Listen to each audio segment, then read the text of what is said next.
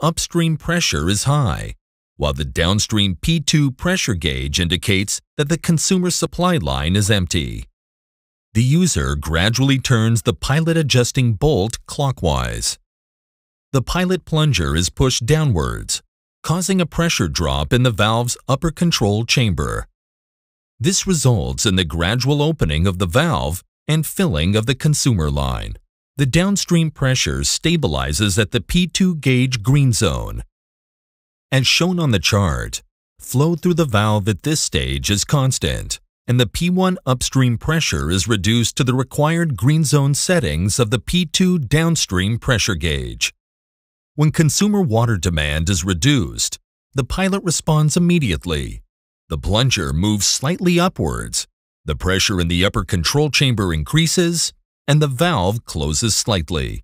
The valve's operation stabilizes, and as shown on the chart, the downstream P2 pressure line remains stable during a drop in the flow, while the P1 upstream pressure increases.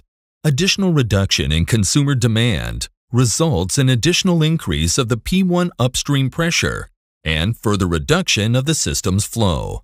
Note that the downstream P2 pressure remains stable at its green zone settings during this entire process.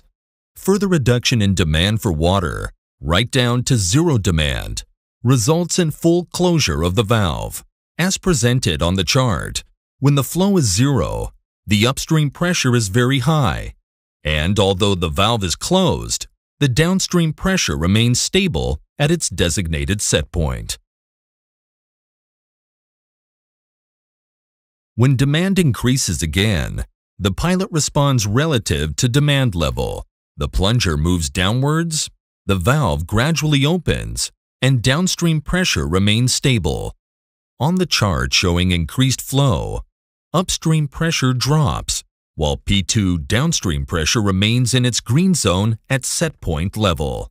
At this stage, P1 upstream pressure decreases. There is a slight reduction of flow, but P2 downstream pressure remains stable within its green zone settings.